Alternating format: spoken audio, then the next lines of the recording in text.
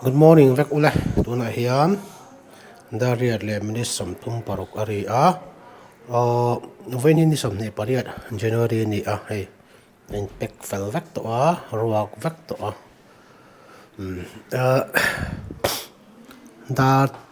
Da som pani le mini som tum panga kan flight ania. Tichuan kan petre pa. Hey enro. Ano na thun lo ha, đang này tôi cái gì ở đây bùa là em bị ghi sợ mày vậy hun cần bàn đạn thế, thọ na cần chuông thế, hàng chỉ khai video của nó xem lại đó đi và thêm về, chúng ta cái này do cần tiếng tủ là ngay yang, đal quá, cần Uber, có bao lâu tiếng tỏ, cần hot tỏ đó na. Suitcase trên khát cả đã thắt tọ bốc cái gì ngay cần access start mày tin nghe mình ngay đâm thấy nghe mò có thì airport tại yên thà là cần phal lâu cần làm bốc cần buông cần là thấy nghe mò airport tặng airport pan phát tặng tôi này hiền airport làm pan cần calme ta cần lắm bằng khan in cần thèn khan mình đi sống đi bor về airport cho hiền hun cần mang in cho xe nó về vòng khắp mưa chuan airport lấy lại tàu khắp mấy thọ na chuông lại đó là nhà kia nè trên tàu là cái chiếc thọ na cái chuông tọ như thì bà ôm thì tụi mình về này hen thọ na chuông lại video cái này lại đó nè chuan cần flight timing tắc khi ticket cần lạc hình chuan 12:55 anh đi đa số phần thì mình sắm ngã bằng anh mà sen on son mà đa số phần thì mình sắm thum bằng ngã cần thôi chơi bằng ngã bằng trên trong cái chuan cho cần lấy là breakfast sẽ cần tiếp tục cái này hiền lên quý rem trang lại cho cần ấy cháu ngã hai bạn nào mà về vào vui thầu si nó sẽ mà tắc sen pop Guwahatiจะthầu si tam cái nào là cái ông nó lại chọn sang thầu si nằm theo chầu lầu anh chầu lúc tục lâu mà sẽ chứ từ chúng chuyên ẩm về rằng thằng bên dùng tổ chú cái sĩ trang bịt rất lại hai như sáng trên cái khu luôn một cái tí khác lâu luôn vật lâu nè gặp phủi vậy Payang airport là bằng panin tôi đã cắt tràn mét là hi 6 lane này anh là mà paruk tin paruk bia hiền con ốm lại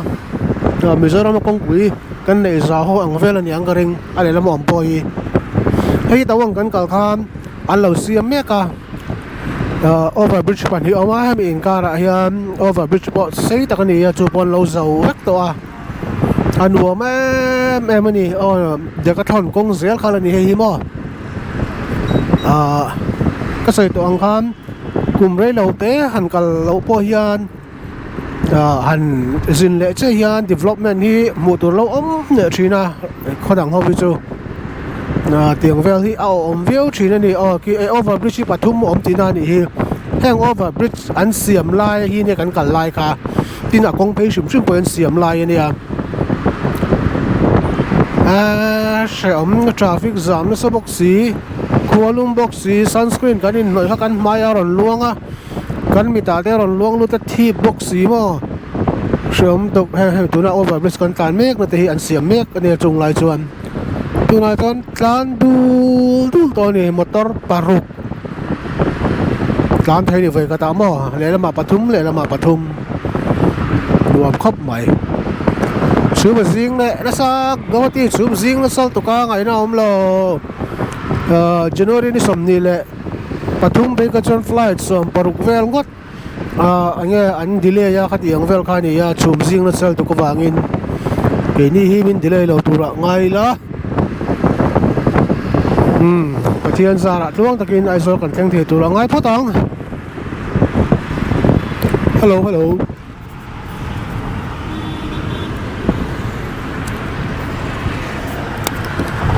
ta hiền là chẳng tập ba lâu lằng lẽ จังตุปาเฮียนมาตอจวนหนัวมาติมาอ๋อบายเราไปเตะบายเราเลยเก็บพอพูดนะเราไปกูป๊อปโปนั่งมาคัดที่ลักเราเลยอีกครั้งดูเบโนกันทั้งเจ็บไปบ๊อบปี้แอร์พอร์ตกันใช่ไหมก็เราเลยมาชกปัตุละใช่กันบุญว่ะปกติก็สมหีปกติสอบปังอาอินดีก็เนี่ยสอบปังอาบ้าเกินถึงแล้วว่ะฮันส์ป๊อปโป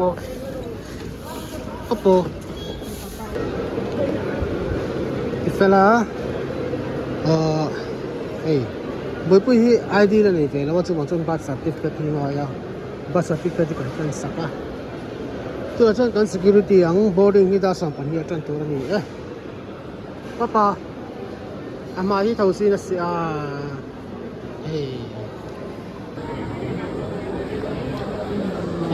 ก็ยังติดเฟลตัวตัวหน้าชวนโทนะฮะอันนี้ไม่ก็ยังเกิดตั้งบัตรชื่อเปลี่ยนชื่อเกิดตั้งบัตรชื่อเนี่ยเกิดตั้งบัตรชื่ออะไรฮะก็เนาะแต่ยังเที่ยวตอนนี้อ่อยเมก็การกระชุ่มร้อนไม่ดีเกี่ยวกับมอเตอร์ก็จะได้กันทอนตัวหนาตับอะไรต่อไหมอะไรที่ย้อนทอน้ำหมูเล่ที่ย้อนทอน้ำหมูไข่บุกเปิดว่าหมูน้ำมัน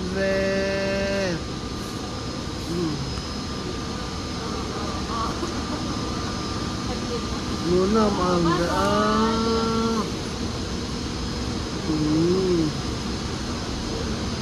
กันทอนตัวป้อนเราแล้วแข่งเบสซี่แต่ว่า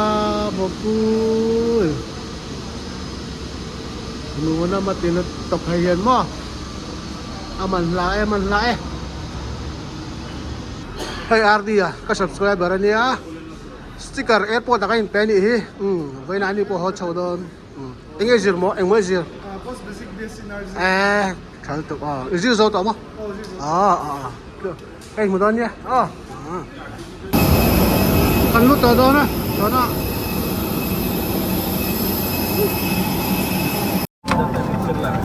ฐานะกันลุดเฟล่ะจอมตัวน่าเชื่อกันอินที่เฟลไม่ก็บาสินกันเพียก็ตั้งบัตรชื่อจังอินส่วนไอ้โซนี้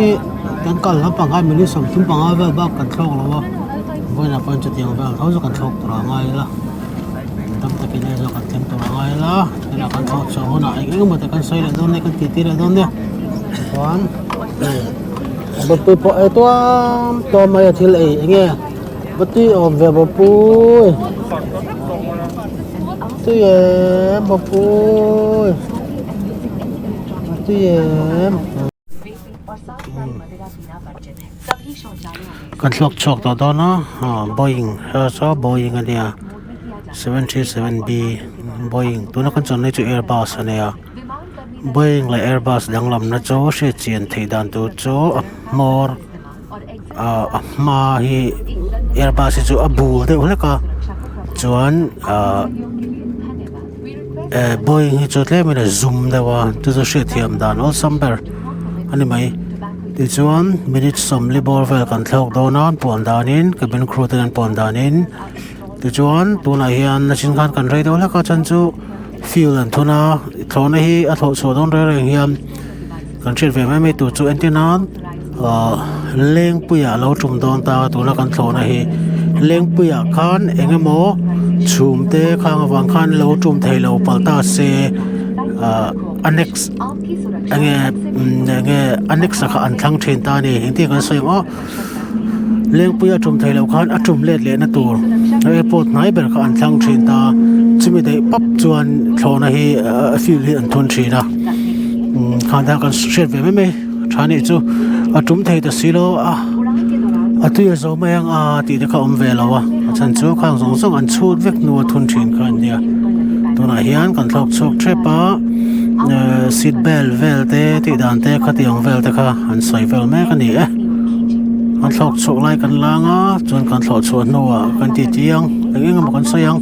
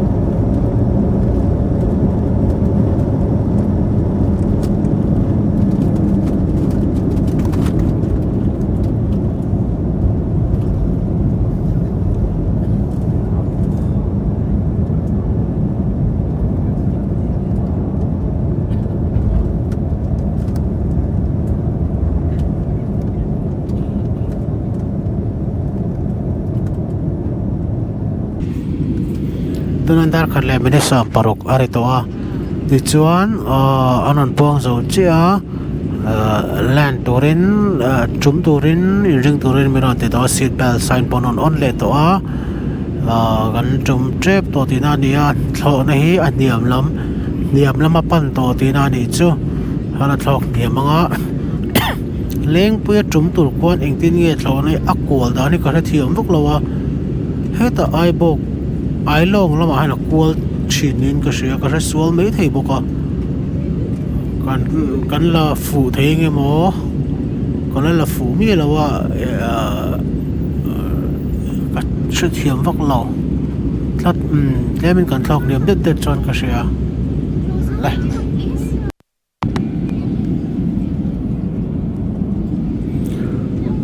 to na hian fialo takin le lampang chu lang to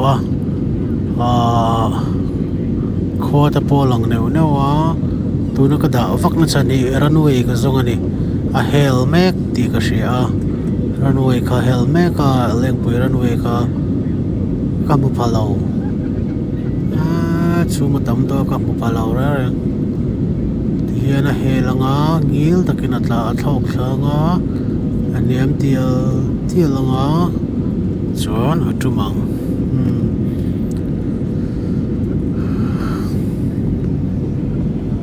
kan thon na lim kuin mo thai em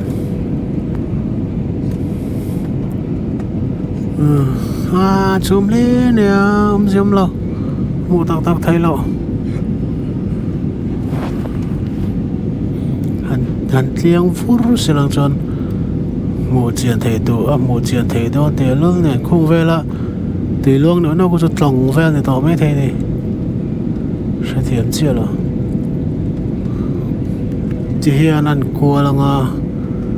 an thok niam lenga runway ka amu phak don bor vela autopilot ka ama na sui changa chuan autopilot ni lawin manual in pilot din atumanga ka hri solo chuan airport mun sang mun dang tam tak oma chuta chuan captain in atum nge na tur airport ang chi om ta ni om se chu te matum har sa de uma hei tlang kar omang chi te khatiang chi de te chutiang zinga chuan Mizoram po hi atelve antin ka sia leng pui po hi captain atum nge tu ti vel sayom kan hel don mo ko te kan kual le dei le china a hela mo ko ti kha ala hel chi ala tu na hel chi zo ko ni e hian a kual papanga runway lampang pari kan kal don ni ku ngai vel kong ku man ni ka rai na kong kha mon le ava khuk mel ve ni mai thai ni hian kual pap ta chuan kual le chong mi lo kai te sama ma ni mo jana kual chi zo ni mai thei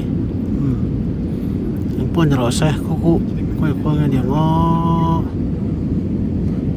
en wang chon se thiam har ta ni ka se thiam lo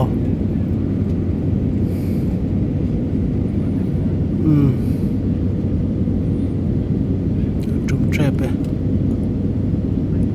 atla boron dok chok zul dolam so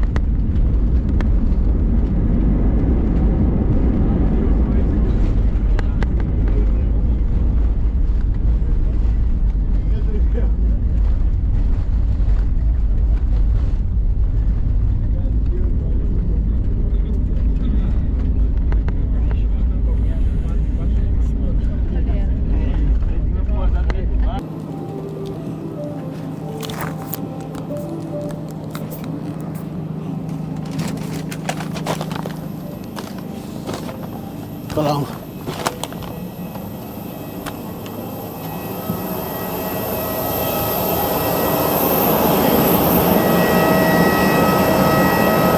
xuống ta kinh ai xuống còn căng ta lên quay bữa còn căng ta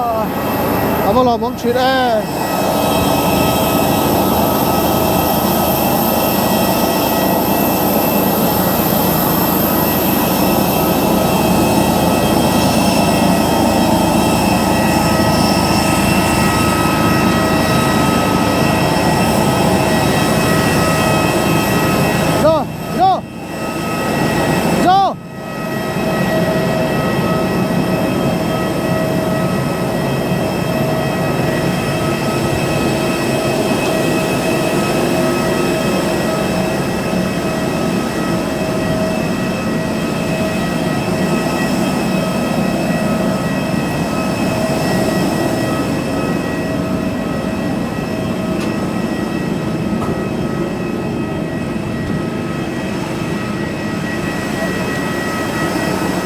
ấy thì hiện giờ thì nghe Calcutta thọc khá lẽ á, Sri Lanka, thọc thao nó làm bằng đồ chú, mà là hắn cái sợi tàu thọc nó là người ta bằng cái trăng vách kia thì thọc chuột hết mà nó bụi chiu là mà hay là thọc này là chân chú, nó bụi chiu trang dung vàng hi này thì hai cái sợi tàu làm bằng hi trang là lâu rồi cả, nhưng mà cho hết mà hay là thọc chỉ này thì hai cái sợi này, kalau pun don ni, kalau kena tu box siam ni, ha kalau pun mang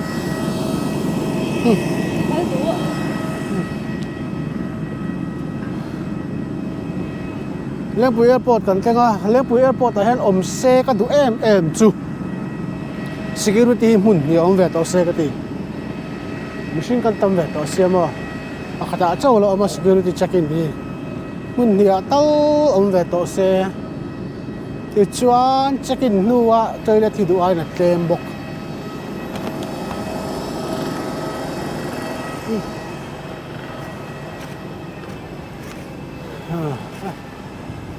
cái cross điện đi chú à vậy hiện tại hiện tại phun lệ sẽ chập đầu thì tại hiện cross điện nó cũng không à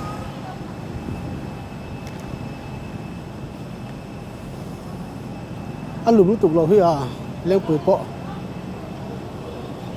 có thì ở trên là dìa dọc hơn cái gì à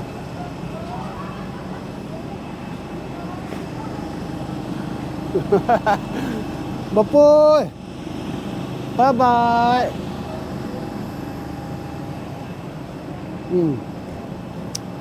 hiền dâu chuồn là lo thằng tổ tổ ngay là dâu chuồn là mình lắm lẹ đâu nè cái đó trang tổ cái nem khó bằng cho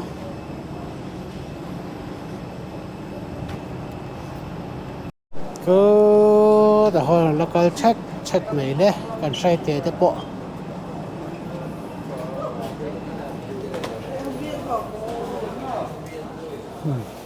là trong Sri Lanka là trong hơn rồi cái anh theo đó nè belt number 2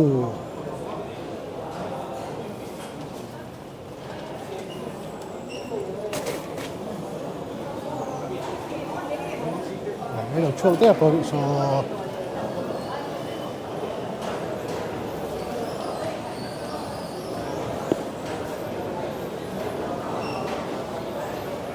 trolley à bãi cái là cái bản suy yang chỉ nghĩ cái là cái thằng ở lối đầu tiền ở địch tại cái làm lẽ họ là mà bãi suy yang chỉ cái là nên nó tốt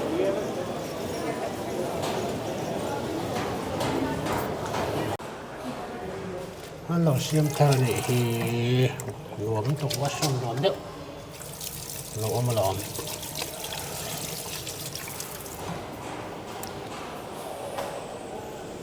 là chờ không rồi rất to là mày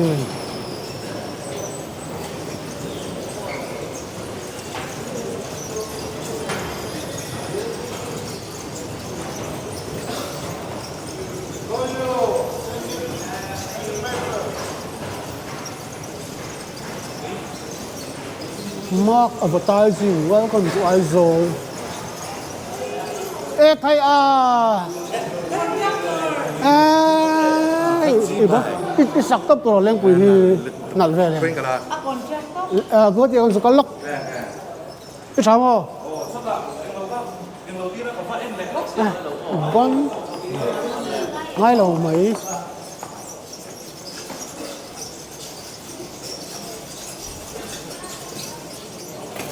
let's go